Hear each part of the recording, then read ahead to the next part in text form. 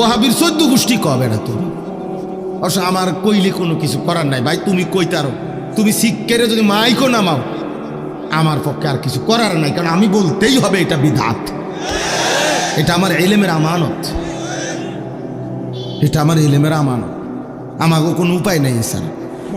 হুজুর যে জিডা করে মাইতেন না, যে যেমনে চলে চলতে দেন, ফেতনা করেন।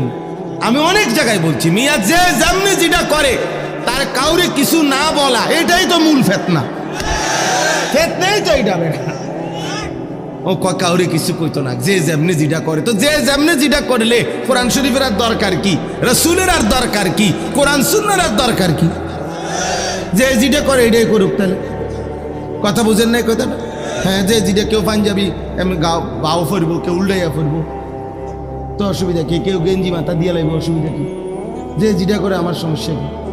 এটা বুঝি কোনো কথা হইলো? যে যেটা করুক, চলতে দেন, ফেতনা করেন, এটা মুনি ফেতনা। আমি এক জায়গায় বিয়ে পড়াইতে গেছি, আমার পরিচিত জন বেটা, আমি বললাম এভাবে সুন্নাত তরিকার বিয়া হেইতে স্যুট পরা, টাই পরা, কোট পরা। হে কয় হুজুর এখন এই সমস্ত বিষয় নতুন করে বলিয়া ঝামেলা করতেন যাইয়েন না, যেটা চলতেছে এভাবে চলতে দেন। পরে আমি বললাম দেখেন এটা তো অবশ্যই যুক্তিসঙ্গত কথা, যেহেতু আমারটা এখন ঝামেলা লাগতেছে আপনার কাছে, মেহেরবানি করে বিয়েটা আমনে পড়াইলেই ভালো হয়। আমি আলহামদুলিল্লাহ ভাত খাইছি, ভাতের বুঝ হইয়া গেছে আমার। হ্যাঁ, আমি ওই সময় খানা খাইয়া লাইছি আর কি, আল্লাহ দয়া করছে আমি ভাত খাইয়া লাইছি। তাই বলে আমার খানার বুঝ হইছে ভাই, আমার কোনো আপত্তি নাই, আমিও ঝামেলা করতে চাই না। আমি তোলে যাই আমনে কম, আমরা কি আর এটা পারিনি।